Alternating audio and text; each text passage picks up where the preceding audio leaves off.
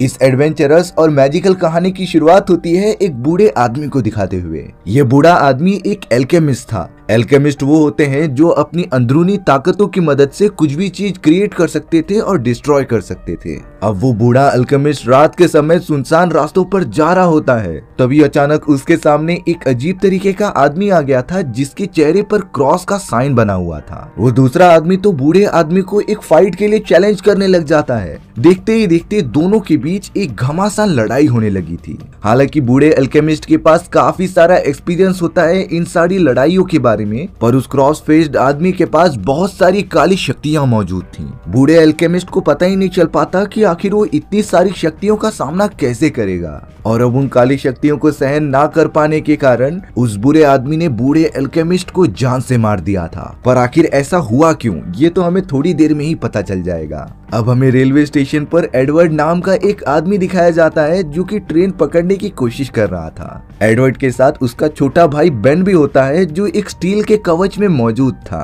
अगर आपने इस कहानी का पार्ट 1 देखा है तो आपको पता होगा कि बेन पूरी तरीके से खत्म हो चुका था, सिर्फ उसकी आत्मा ही बची थी। इसीलिए एडवर्ड ने अपने छोटे भाई को स्टील वाले कवच में डाल दिया, और तब से ही एडवर्ड अपने छोटे भाई की आत्मा को एक अच्छी बॉडी तलाशने में लगा है। अब यहाँ एडवर्ड और बेन जब ट्रेन के अंदर बैठ गए थे तब उन्हें वहाँ पर कियो नाम का एक आदमी मिलता है। कियो बातों ही बातों में एडवर्ड से कह रहा था कि वो इमॉर्टल बनने का तरीका जानना चाहता है। इमॉर्टल यानी कि जो कभी भी नहीं मर सकता हो। एडवर्ड भी थोड़ा सा सोच में पड़ गया था कि आखिर ये आदमी ऐसा करेगा कैसे। तब जाकर कियो एडवर्ड के सामने जानबूझकर कहता है कि उसे एक मणि की तलाश है, और इस पावरफुल मणि यानी कि स्टोन की मदद से वो इमॉर्टल हो सकता था। एडवर्ड तो पूरी तरीके से शॉक हो गया था, क्योंकि यही स्टोन वो ढूंढने निकला था जिसकी मदद से वो अपने छोटे भाई बेन को ठीक कर सके। पर लगता है शायद कियो को एडवर्ड और बेन के बारे में पहले से ही सारी चीजें पता है। अब एडवर्ड और कियो तो यहाँ आराम से बातें कर रहे थे, पर तभी अचानक ट्रेन के उस कंपार्टमेंट में बहुत सारे गुंडे घुस जाते हैं।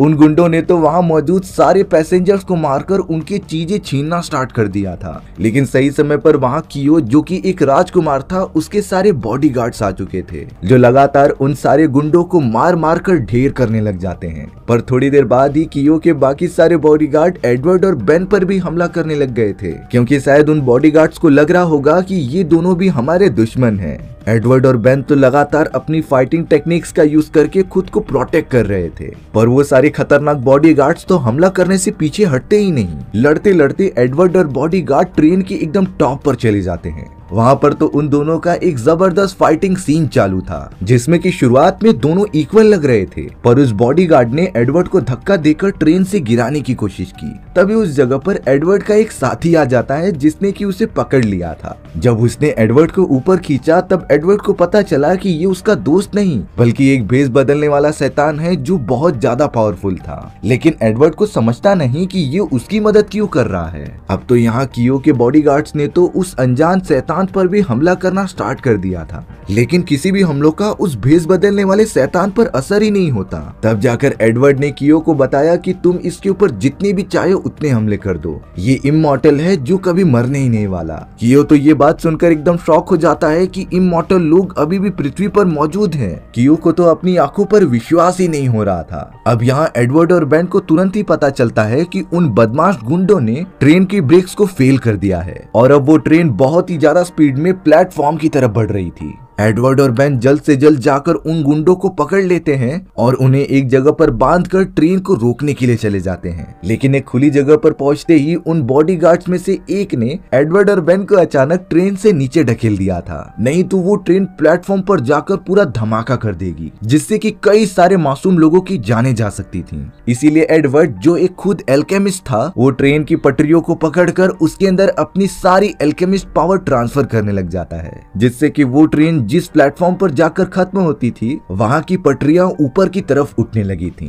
जब वो ट्रेन बहुत ही ज्यादा स्पीड में प्लेटफॉर्म के पास आती है तब ऊपर की तरफ उठी हुई पटरियों की वजह से वो ट्रेन की स्पीड भी स्लो होने लगी थी, और एक समय बाद वो ट्रेन रुक भी जाती है। यानी कि एडवर्ड ने अपनी एल्केमिक शक्तियों की मदद से कई सारे लोगों की जान बचा ली। अब इस दुर्घटना के सारी चीजों के बारे में पता चलने के बाद कर्नल भी अपने सारे ऑफिसर्स के साथ वहां आ जाते हैं ऑफिसर्स ने तो ट्रेन में मौजूद उन सारे गुंडों को रंगे हाथ पकड़ लिया था। सारी चीजें नॉर्मल होने के बाद कर्नल बेन और एडवर्ड को अपने हेडक्वार्टर में लेकर चले आते हैं। कर्नल ने तो एकदम सीरियस होकर एडवर्ड को बताया कि हमारे 10 बहादुर एल्केमिस्ट को किसी आदमी ने मार दिया है। हमें उस कातिल के बारे में सिर्फ इतना ही पता है कि उसके चेहरे पर क्रॉस का साइन बना हुआ है। एडवर्ड और बेन भी एक एल्केमिस्ट थे, यानी कि उनकी जान को भी खतरा हो सकता है। इसीलिए कर्नल ने एडवर्ड और बेन की प्रोटेक्शन के लिए अपने 2 ऑफिसर्स उनके साथ रख दिए होते हैं। लेकिन एडवर्ड और बेन अब बच्चे नहीं रह गए थे। उन्हें ये बिल्कुल भी नहीं जमता कि कोई उनकी प्रोटेक्शन के लिए साथ में रहे। इसीलिए बेन और एडवर्ड उन दोनों ऑफिसर से अपना पीछा छुड़ाकर शहर के अंदर भाग आते हैं। लेकिन शहर के अंदर जाते समय एडवर्ड की टक्कर अचानक एक लड़की से हो जाती है। वो लड़की तो टक्कर होने की वजह से नीचे गिर गई थी और अब इंसानियत के नाते एडवर्ड उसे सॉरी कहने के लिए औरत को खाना खिलाता है। उस लेडी का नाम मिया था, जो सबसे पहले तो पेट भर के खाती है और फिर एडवर्ड से कह रही थी कि मैं दूसरे शहर से आई हूँ और मुझे यहाँ किसी भी हालत में इमॉर्टल होने की टेक्निक के बारे में पता करना था। एडवर्ड ने जब मिया की ये बात सुनी कि वो भी इमॉर्टल होने की टेक्निक पता करना चाहती है, तभी उसे राजकुमार कियो की याद आ गई, जो मिया की तरह इमॉर्टल होने के तरीके पता कर रहा था। अब ये सारी चीजें जानने के बाद एडवर्ड को मिया के ऊपर काफी ज्यादा गुस्सा आने लग जाता है। एडवर्ड तो एकदम आग बबूला होकर मिया के पीछे भागने लगा था। मिया तो समझ ही नहीं पाती कि आखिर एडवर्ड ऐसा क्यों कर रहा है, पर वो लगातार उससे अपनी जान बचाकर भागते रहती है। लेकिन थोड़ी दूर जाने के बाद ही मिया एक हुडी पहने हुए आदमी के पास जाकर छुप गई थी। एडवर्ड तो उस आदमी के सामने एकदम से जाकर रुक जाता है। एडवर्ड को तो नहीं समझ रहा था कि आखिर ये है कौन। थोड़ी ही देर में उस जगह पर वो ऑफिसर आ जाता है जिसे कि कर्नल ने बेन और एडवर्ड पर नजर रखने के लिए कहा था। पर अगले ही मोमेंट में उस हुडी पहने हुए आदमी ने अपना चेहरा सबको दिखा दिया था। उसके चेहरे पर तो क्रॉस का साइन बना हुआ था और ये वही बुरा आदमी होता है जिसने कि अब तक कई सारे एल्केमिस्ट की जान ले ली थी। वहाँ पर आया हुआ ऑफिसर ये बात समझ गया था और उस बुरे आदमी पर हमला करने चला जाता है। लेकिन उस निशान वाले आदमी ने उस ऑफिसर को एक ही बार में अपनी पावर्स की मदद से डिस्ट्रॉय कर दिया था। एडवर्ड और बेन तो ये देखकर एकदम से शॉक रह गए थे, क्योंकि ऐसी काली ताकतें आज तक उन लोगों ने कभी नहीं देखी। एडवर्ड और बेन तो चुपचाप अपनी जान बचाकर वहां से भागने लग जाते हैं, लेकिन वो क्रॉस फेस वाला आदमी लगातार उनका पीछा कर रहा था। वो दोनों जहां भी जाते बुरा आदमी अपनी काली शक्तियों का यूज करके उन्हें मारने की कोशिश कर रहा होता है। एक समय के बाद बेन और एडवर्ड को पता चल गया था कि वो सब इससे भाग नहीं सकते, इसीलिए अब उन दोनों को मिलकर इस आदमी से फाइट ही करनी पड़ेगी। एडवर्ड और बेन एक साथ मिलकर उस क्रॉस फेस्ड वाले आदमी के ऊपर हमला करने चले जाते हैं। पर वो बुरा आदमी तो ना ही लड़ने में अच्छा था बल्कि प्रोटेक्टिव स्किल्स में भी काफी माहिर होता है, जिसने कि बेन और एडवर्ड के वारों से बचते हुए उनके ऊपर पलटवार कर दिया था। लड़ाई के दौरान उस क्रॉस फेस्ड आदमी ने बेन के स्टील वाले कवच का एक हाथ तोड़ दिया होता है, जिससे कि बेन एकदम लाचार होकर नीचे पड़ा हुआ था। अब एडवर्ड तो इस बात से एकदम गुस्सा होकर उस आदमी पर लगातार हमला करने लगता है, लेकिन उस क्रॉस फेस्ड आदमी ने तो एडवर्ड का भी एक हाथ जो कि लोहे का बना हुआ था उसे अपने पावरफुल पंजे मारकर पूरी तरीके से डिस्ट्रॉय कर दिया होता है। एडवर्ड तो एकदम से लाचार नीचे पड़ा हुआ था और अब वो क्रॉस फेस वाला आदमी एडवर्ड के पास आकर उसकी जान लेने जैसे ही जाता है, तभी वहाँ कर्नल अपने बाकी सारे ऑफिसर्स के साथ आ गए थे। कर्नल तो उस क्रॉस फेस वाले आदमी जिसका नाम सैम होता है उसे सारी चीजें रोकने के लिए कह रहा था। कर्नल यहाँ पर उससे डरते नहीं, क्योंकि कर्नल खुद एक एल्केमिस्ट थे और उनके पास फायर की पावर थी। उस क्रॉस फेस वाले आदमी ने कह दिया था कि मैं गॉड की तरफ से आया हूँ और मुझे तुम सारे एल्केमिस्ट को खत्म करना है, क्योंकि तुम सब ने अपनी शक्तियों का बहुत ही गलत यूज किया है। अब वो क्रॉस फेस वाला आदमी तो डायरेक्टली कर्नल पर हमला करने के लिए चला गया था। कर्नल जब उसे रोकने के लिए अपनी फायर की पावर बाहर निकल रहे होते हैं, तभी अचानक बारिश की वजह से वो तो अपनी फायर की पावर इस्तेमाल ही नहीं कर पा रहे थे और अब कर्नल की भी जान खतरे में होती है। पर जैसे ही वो क्रॉस फेस वाला आदमी उनके ऊपर हमला करने आया, तभी कर्नल की एक बहादुर ऑफिसर उन्हें बचा लेती है। क्रॉस फेस वाले आदमी का ये वार कर्नल को लग जाता ना, तब वो अधमरे हो जाते, लेकिन लकीली वो बच जाते हैं। अब वो क्रॉस फेस वाला आदमी वापस हमला करने जाता, तभी एक दूसरा एल्केमिस्ट आकर क्रॉस फेस वाले आदमी पर हमला करने लग जाता है। उस दूसरे एल्केमिस्ट की बॉडी तो पूरी तरीके से बॉडी बिल्डर की तरह थी, जो अपनी छुपी हुई शक्तियों का यूज करके क्रॉस फेस वाले बुरे आदमी पर हमला करते रहता है। वो क्रॉस फेस वाला बुरा आदमी जिसका नाम सैम होता है, वो एल्केमिस्ट के सारे वार से बच रहा था, लेकिन एक वार सीधा सैम के चश्मे पर आकर लग जाता है, जिससे कि सैम का चश्मा नीचे गिर गया था और अब पहली बार सभी को सैम की लाल आंखें दिखाई देती हैं। उसके माथे पर तो बहुत ही डरावना क्रॉस का सिंबल बना हुआ था, जिससे कि कर्नल पूरी तरीके से समझ जाते हैं कि ये एक दूसरे राज्य का जादूगर है जो हम अल्केमिस्ट से बहुत ही ज्यादा नफरत करते थे। इनका सिर्फ एक ही मिशन होता था कि अल्केमिस्ट को पूरी तरीके से खत्म करना। अब देखते ही देखते वहाँ और भी सारे अल्केमिस्ट जमा हो गए थे सैम का मुकाबला करने के लिए। भले ही सैम के पास बहुत सारी काली शक्तियां मौजूद थीं, लेकिन वो इस समय बड़ी समझदारी से काम लेता है और यहाँ से जाने का डिसाइड करता है। सैम ने वहाँ से भागने के लिए जमीन पर अपने काली शक्तियों से वार किया, जिससे उस जगह की जमीन थोड़ी सी फटने लग जाती है। एल्केमिस्ट का ध्यान भटकने के कारण सैम वहां से तुरंत ही रफू चक्कर हो गया था। एडवर्ड और बेन तो एक कोने में पड़े हुए थे जिनके एक एक हाथ टूट चुके होते हैं, लेकिन बेन अपने भाई एडवर्ड से कह रहा था कि हम इस तरीके से शांत नहीं बैठेंगे, हमें जरूर कुछ न कुछ करना होगा, नहीं तो पता नहीं कितनी बड़ी आफत आ सकती थी।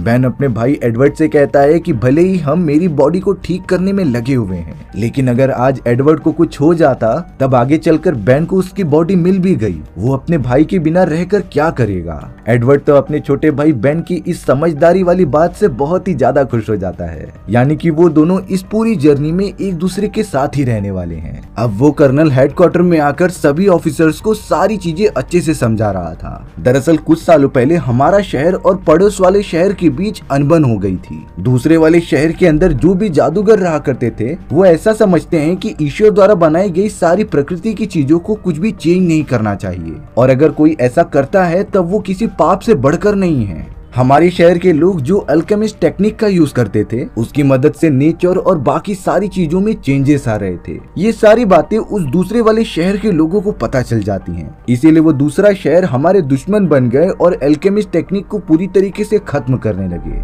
तब से ही दोनों शहरों के जादूगरों के बीच एक बहुत ही बड़ी जंग चालू हो जाती है। वो दूसरे शहर वाले पूरे अल्केमिस्ट को खत्म करना चाहते थे। इन्हीं सारी चीजों की वजह से उस समय एक अल्केमिस्ट ने दूसरे शहर वाले की एक लड़की को जान से मार दिया था, जिससे कि वो शहर वाले लोग एकदम आग बबूला हो गए थे। उन्होंने तो हमारे शहर के सभी अल्केमिस्ट पर हमला भी करना स्टार्ट कर दिया होता है, जिससे कि हमारी शहर की गवर्नमेंट ने भी शांत ना बैठने का डिसाइड किया और फिर हम सभी अल्केमिस्ट ने अपने जादुओं की मदद से उन दूसरे शहर वालों पर पलटवार करना स्टार्ट कर दिया था। हालांकि उस समय हम अल्केमिस्ट की जीत हुई थी, लेकिन अब जो क्रॉस फेस वाला आदमी जिसका नाम सैम है वो सारे के सारे अल्केमिस्ट को मारकर अपना बदला ले रहा है, क्योंकि सैम भी उसी दूसरे शहर का रहीवासी था और अगर हमने सैम को रोकने का तरीका जल्द से जल्द नहीं ढूंढा तब वो सारे अल्केमिस्ट को जान से मार देगा। वहीं दूसरी तरफ अब हमें सैम को दिखाया जाता है जो कि एक टनल के रास्ते से आगे बढ़ रहा था। सैम को किसी भी हालत में सारे अल्केमिस्ट की जान लेनी थी और वो उसी बारे में लगातार सोच रहा होता है। तभी अचानक सैम के सामने एक शैतान वाला आदमी आ जाता है जो बहुत ही ज्यादा खतरनाक था।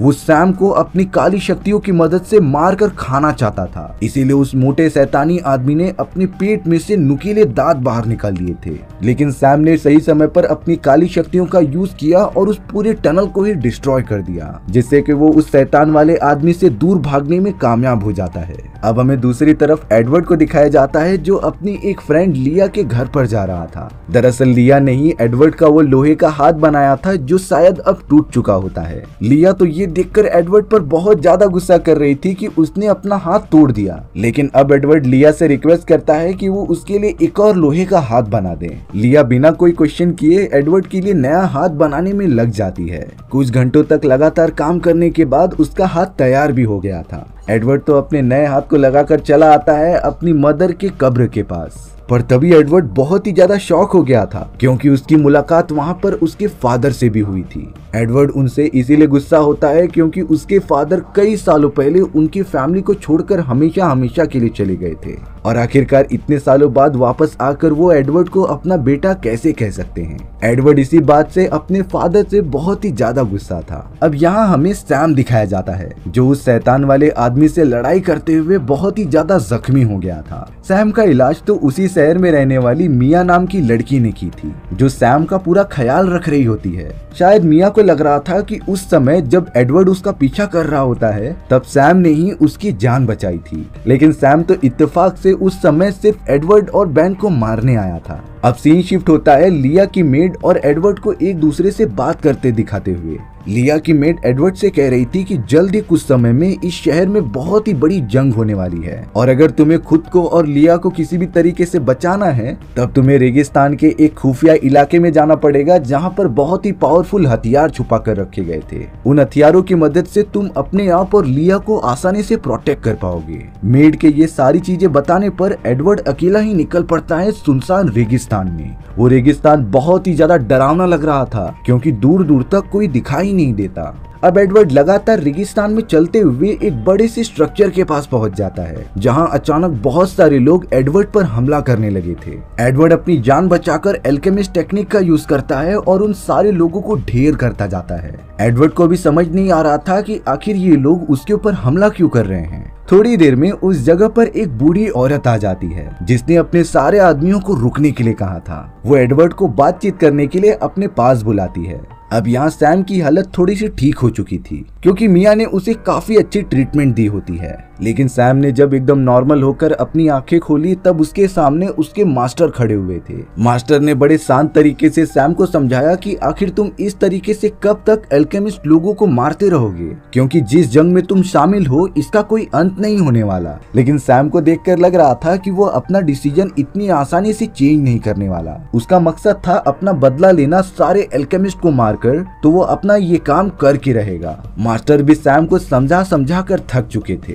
अब एडवर्ड और बेन एकदम बेफिक्र होकर शहर में आराम से घूम रहे होते हैं, लेकिन उन्हें बिल्कुल भी अंदाजा नहीं था कि उनके ऊपर अब एक बहुत ही बड़ा खतरा मंडराने वाला है। थोड़ी ही देर में उन दोनों के सामने अचानक क्रॉस फेस वाला आदमी सैम आ जाता है, जिससे कि वो दोनों शुरुआत में बहुत ही ज्यादा डरने लगे थे, लेकिन अब बेन और एडवर्ड ने चाहे कुछ भी हो जाए साथ मिलकर उससे लड़ने का डिसीजन लिया। एडवर्ड तो सैम से पूछने लग जाता है कि आखिर तुमने लिया के मॉम एंड डैड को क्यों मारा, वो तो तुम्हारे दुश्मन नहीं थे। दरअसल लिया के मॉम एंड डैड एक नॉर्मल एल्केमिस्ट फैमिली से बिलोंग करते थे, लेकिन सैम ने बिना कुछ सोचे समझे लिया के मॉम एंड डैड को भी जान से मार दिया। अब लिया थोड़ी देर में वहाँ आ जाती है जिसने ये सारी बातें सुन ली थी। लिया तो बहुत ही ज्यादा दुखी हो चुकी थी क्योंकि एडवर्ड ने तो कहा था कि उसके मॉम एंड डैड एक एक्सीडेंट में मारे गए, लेकिन यहाँ पर तो कुछ और ही मतलब है। लिया तो सैम पर बहुत ही ज्यादा गुस्सा होकर उस पर बंदूक तान देती है। सैम गुस्से में आकर लिया पर हमला करने ही जाता, तभी उसे प्रोटेक्ट करने के लिए एडवर्ड एकदम सामने खड़ा हो जाता है।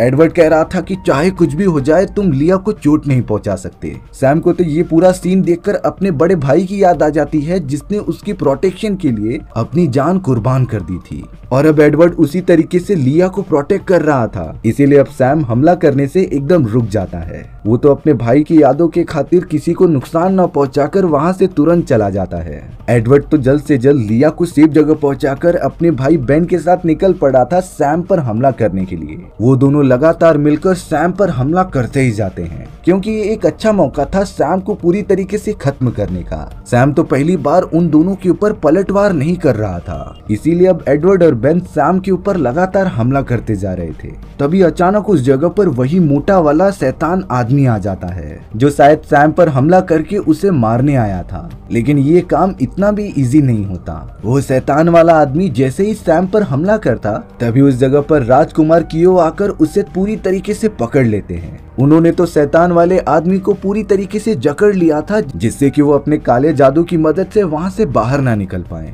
अब तुरंत ही उस जगह पर कर्नल की एक ऑफिसर आ जाती है जिसने बंदूक की मदद से सैम के पैर पर हमला कर दिया था। सैम पूरी तरीके से घायल हो चुका होता है क्योंकि ये हमला एकदम अचानक हुआ था और वो इस हमले को सेंस ही नहीं कर पाया। लेकिन तभी वहाँ वही शहर की लड़की मिया आ जाती है जिसने की घायल सैम की मदद की और उसे एक सेफ प्लेस पर लेकर आ गई। मिया तो घायल सैम की बहुत ही अच्छे से देखभाल कर रही थी। देखने पर यह लग रहा था कि मिया कहीं न कहीं सैम को पसंद करने लगी है, लेकिन सैम के मन में ऐसी कोई भी बात नहीं होती। अब यहाँ मिया ने अपनी कुछ एल्केमिस्ट टेक्निक का यूज करके सैम के पैरों पर लगे हुए जख्म को पूरी तरीके से ठीक कर दिया। तब जाकर सैम को रियलाइज होता है कि मिया भी एक एल्केमिस्ट जादूगर है, यानी कि वो एक तरीके से सैम की दुश्मन हुई। लेकिन सैम मिया को मारता भी किस तरीके से, क्योंकि मिया ने अपने जादू का इस्तेमाल बहुत ही अच्छे कामों के लिए किया और उसने शुरुआत से ही मुसीबत के समय में सैम की मदद की थी। यहाँ से सैम का नजरिया एल्केमिस्ट जादूगरों के प्रति थोड़ा सा चेंज होने लग जाता है। वहीं दूसरी तरफ अब राजकुमार कियो उस शैतान वाले मोटे आदमी को पकड़कर कर्नल को सौंप देता है।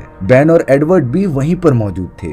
राजकुमार कियो कर्नल को एक बहुत ही इम्पोर्टेंट बात बता रहे थे। कियो कहता है कि जितनी इन्वेस्टिगेशन मेरे आदमियों ने की है, हमें लगता है कि प्रेसिडेंट एक शैतान है जो इंसानी रूप धारण करके हमारे ऊपर शासन कर रहे हैं। वो अपना एक आंख हमेशा ढक कर रखते थे, क्योंकि जो आदमी शैतान के कब्जे में होता है उनके आंखों के अंदर एक अजीब तरीके के निशान बन जाते हैं। और हो न हो प्रेसिडेंट हम सभी से ये बात छुपा रहे हैं। हमें वही प्रेसिडेंट दिखाया जाता है जो सच में किसी शैतानी आत्मा के कब्जे में था। वो तो किसी अनजान शख्स के सामने जाकर कह रहा था कि अब ये एकदम सही समय है। यहाँ राजकुमार कियो कर्नल को सैम के बारे में कुछ बता रहे होते हैं। कियो ने बताया कि कुछ सालों पहले सैम के शहर पर एल्केमिस्ट ने हमला कर दिया था। तभी उस जंग में सैम के बड़े भाई ने सैम की पूरी प्रोटेक्शन की, लेकिन एल्केमिस्ट जादूगर इतने ज्यादा ताकतवर होते हैं कि उस लड़ाई में सैम बुरी तरीके से मारा जाता है और उसका एक हाथ कट चुका था। ये देखकर सैम के बड़े भाई ने अपनी सारी ताकतें और सोल अपने छोटे भाई सैम के अंदर ट्रांसफर कर दी थी, जिससे कि सैम तो जिंदा हो गया था लेकिन उसके बड़े भाई की जान चली जाती है। और तब से ही सैम सारे एल्केमिस्ट जादूगरों को मारने लगा था अपना बदला लेने के लिए। इसके लिए उसने बहुत ही ज्यादा ट्रेनिंग की और अब वो इस काबिल बन चुका होता है कि कोई भी एल्केमिस्ट जादूगर उसके सामने टिक नहीं सकता। अब यहाँ एडवर्ड और बेन को मिया के ऊपर थोड़ा सा शक हो गया था, इसीलिए वो तब से लगातार मिया का पीछा कर रहे होते हैं। मिया तो एक सुनसान पड़े हुए कारखाने के अंदर चली गई थी, जिससे कि बेन और एडवर्ड को पता चल गया होता है कि शायद मिया ने सैम को यहीं पर छुपा कर रखा है। वो दोनों तो जल्द से जल्द कारखाने के अंदर जाकर अपनी एल्केमिस्ट टेक्निक का यूज करके सैम पर लगातार हमला करने लगे थे। लेकिन ताज्जुब की बात ये थी कि सैम अपनी पूरी पावर का यूज नहीं कर रहा था, जैसे कि वो बेन और एडवर्ड को चोट नहीं पहुंचाना चाहता हो। अब कई देर तक सैम से फाइट करने के बाद एडवर्ड ने अपने जादू की मदद से सैम को पकड़ लिया था। सही समय पे उस जगह पर कर्नल की असिस्टेंट लिया और भी सारे ऑफिसर्स आ जाते हैं। लिया सैम को फंसा हुआ देखकर उस पर काफी ज्यादा गुस्सा हो रही थी, क्योंकि सैम ने ही उसके मासूम मॉम एंड डैड का कत्ल किया था। अब लिया अपनी जेब से कुछ निकालने लग जाती है। सैम को लग रहा था कि लिया उसे जान से मार देगी, पर तभी लिया अपनी जेब से कपड़ा निकालती है और सैम के हाथ से खून निकल रहे जगह पर जाकर पट्टी बांधने लग जाती है। सैम तो पूरी तरीके से शॉक हो गया था कि लिया इस तरीके से क्यों कर रही थी। मैं तो उसके मॉम एंड डैड का कातिल हूँ, इसके लिए उसे मुझे जान से मार देना चाहिए। लेकिन लिया कहती है कि अगर मैं तुम्हें मार दूंगी तो इसके बदले मेरे मॉम एंड डैड वापस नहीं आ जाएंगे, तो मैंने अब अपनी सारी चीजें भुला दी हैं और आगे के ऊपर फोकस किया है। ये बात सुनकर सैम की पूरी आंखें खुल गईं।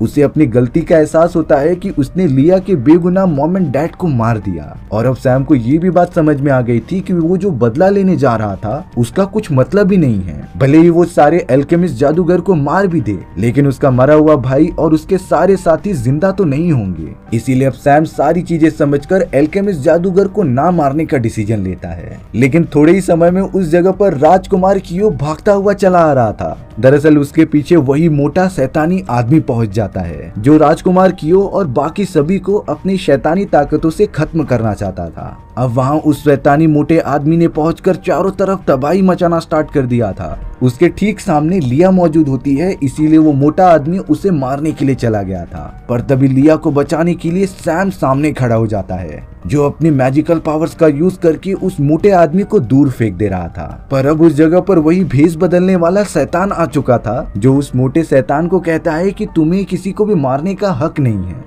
भले ही तुम्हारे पास डार्क एनर्जीज की पावर्स थी, लेकिन इस तरीके से तुम किसी को भी चोट नहीं पहुंचा सकते। पर शायद उस मोटे आदमी की बॉडी खुद के कंट्रोल में नहीं थी, वो तो लगातार सभी के ऊपर हमला करता ही जाता है। और अब उसने अपनी सारी डार्क एनर्जीज को कंबाइन करके अपने पेट में से निकलने वाले बड़े से नुकीले मुंह को ओपन कर दिया था। आसपास की जितनी भी सारी चीजें थी वो उसे अपने मुंह की मदद से अंदर खींचता जा रहा था। बदकिस्मती से उस शैतान के पेट में एडवर्ड, राजकुमार कियो और कर्नल की एक ऑफिसर भी चली जाती है। और अब जाकर लग रहा था कि उस मोटे शैतान का पेट पूरा भर चुका है। एडवर्ड की जब आंखें खुली तब वो उस मोटे शैतानी आदमी के पेट में मौजूद था, जो राजकुमार कियो के साथ मिलकर भेष बदलने वाले उस दूसरे शैतान वाले आदमी से पूछता रहता है कि आखिर यहाँ से बाहर कैसे निकला जाए। एडवर्ड कह रहा था कि अगर हम उस मोटे आदमी के मुंह के अंदर से आए हैं तब हम पीछे वाले रास्ते से बाहर भी निकल सकते हैं। लेकिन वो भेष बदलने वाला शैतान कहता है कि ऐसा कोई भी रास्ता नहीं है। कोई भी अगर इस जगह पर एक बार आ गया तो यहाँ से निकलना नामुमकिन है।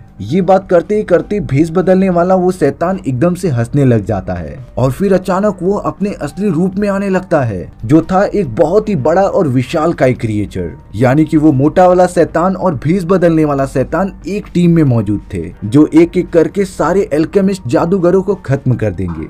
एडवर्ड और राजकुमार कियो तो बहुत ही ज्यादा खतरे में मौजूद होते हैं और हमारी कहानी इसी सस्पेंस के साथ यहीं पर खत्म हो जाती है। अगर आपको इस कहानी का अगला पार्ट चाहिए तो कमेंट सेक्शन में बता देना। साथ ही साथ आपको इस कहानी से क्या सीखने मिला कमेंट सेक्शन में भी लिख देना। और अगर आपको मेरी एक्सप्लेनेशन 1% भी अच्छी लगी होगी ना तो वीडियो को लाइक एंड चैनल को सब्सक्राइब जरूर कर देना। मिलते हैं इसी तरीके की एडवेंचरस और अनोखी कहानियों में, तब तक के लिए बाय बाय।